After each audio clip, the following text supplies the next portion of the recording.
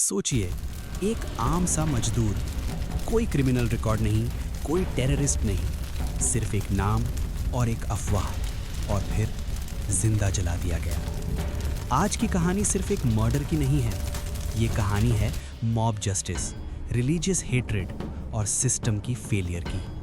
आज हम बात करेंगे बांग्लादेश के दीपू चंद्र दास केस की, जहां एक हिंदू आदमी को भीड़ ने मार दिया गया और फिर उसकी लाश को जला दी गई। सवाल ये, क्या सच में उसने कोई गुनाह किया था या सिर्फ एक अफवाह किसी की मौत की वजह बन गई? आगे बढ़ने से पहले हमारे चैनल को सब्सक्राइब जरूर करें। दीपू चंद्र दास बांग्लादेश के मायमनसिंह डिस्ट्रिक्ट का रहने वाला एक गरीब हिंदू वर्कर था। उसका उम्र लगभग 27 साल का था, शादीशुदा था और बच्चे भी थे। रिपोर्ट्स के मुताबिक दीपू गारमेंट्स या फैक्ट्री वर्कर था, रोज की तरह काम करता था, फैमिली का एक सिंपल सा सहारा था। ना कोई पॉलिटिकल पावर, ना कोई क्रिमिनल रिकॉर्ड। वो एक आम आदमी था जो गलत जगह और गलत वक्त पर फंस गया। बांग्लादेश, मायमनसिंह डिस्ट्रिक्ट, भलूका एरिया के पास इंडस्ट्रियल जोन। डेट दिसंबर 2025 रिपोर्ट्स के मुताबिक। टाइम शाम के बाद जब लोग काम से लौट रहे थे। और यहीं से कहानी ने एक खौफनाक मोड़ लिया। रिपोर्ट्स के मुताबिक अचानक दीपू पर रिलीजियस ब्लास्फेमी का आरोप लगा दिया गया, यानी कहा गया कि उसने इस्लाम के खिलाफ कुछ कहा था। लेकिन कोई रिटन प्रूफ नहीं, कोई वेरीफाइड एविडेंस नहीं था, सिर्फ बात फैला दी गई। और बांग्लादेश जैसे सेंसिटिव एनवायरनमेंट में सिर्फ एक आरोप ही काफ़ी होता है। कुछ ही मिनटों में लोग इकट्ठा होने लगे, नारे लगने लगे, गुस्सा भड़क गया और फिर भीड़ ने दीपू को पीटना शुरू कर दिया। कोई पुलिस का इंतज़ार नहीं किया, कोई कानूनी प्रोसेस नहीं किया और रिपोर्ट्स के मुताबिक दीपू की मौजूदगी में ही उसकी जान चली गई थी। लेकिन कहानी यहीं ख़त्म नहीं होती। अब दीपू मर चुका था, तब भी भीड़ का गुस्सा ठंडा नहीं हुआ। रिपोर्ट्स बताती हैं उसकी लाश को पेड़ या किसी जगह से बांधा गया और आग लगा दी गई थी। सोचिए, एक लाश को भी चैन नहीं दिया गया।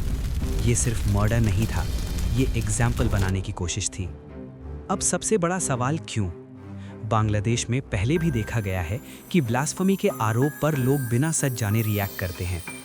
रिपोर्ट्स के मुताबिक देश में पॉलिटिकल अनरेस्ट चल रहा था, protests, violence, power struggle, law and order already weak था।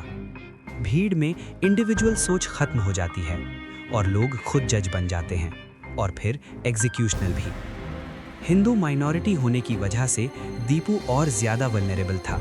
ये बात कई ह्यूमन राइट्स ग्रुप्स ने भी कही है। इंसिडेंट के बाद पुलिस और रैपिड एक्शन बटालियन ने केस रजिस्टर किया। मल्टीपल लोगों को अरेस्ट किया गया है। इन्वेस्टिगेशन स्टार्ट हुई।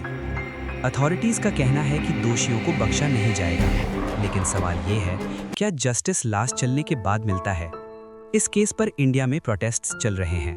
ह्यूमन राइट्स ग्रुप्स ने कंडेमनेशन की है। सोशल मीडिया पर गुस्सा और दुख दोनों दिखाया गया। पर बहुत लोगों ने कहा, आज दीपू, कल कोई और। ये कहानी हमें क्या सिखाती है? अफवाह कितनी खतरनाक हो सकती है, मॉब जस्टिस कितना बारबैरिक होता है, और जब सिस्टम फेल होता है तो सबसे पहले गरीब और माइनॉरिटी मरते हैं। दीपू चंद्र दास का नाम शायद कल न्यूज़ से गायब हो जाए, लेकिन सवाल जिंदा रहना चाहिए। क्या एक आरोप किसी की जान लेने के लिए काफ़ी है? और क्या भीड़ को कानून से ऊपर होना चाहिए? अगर आपको लगता है ये गलत है तो वीडियो को शेयर करिए, कमेंट में अपनी राय लिखिए और चैनल को सब्सक्राइब करिए, क्योंकि खामोशी भी कभी-कभी जुर्म बन जाती है। Justice delayed is injustice repeated. इसी तरह crime related true story details में देखने के लिए हमारे चैनल BGFX स्टूडियो को सब्सक्राइब जरूर करें।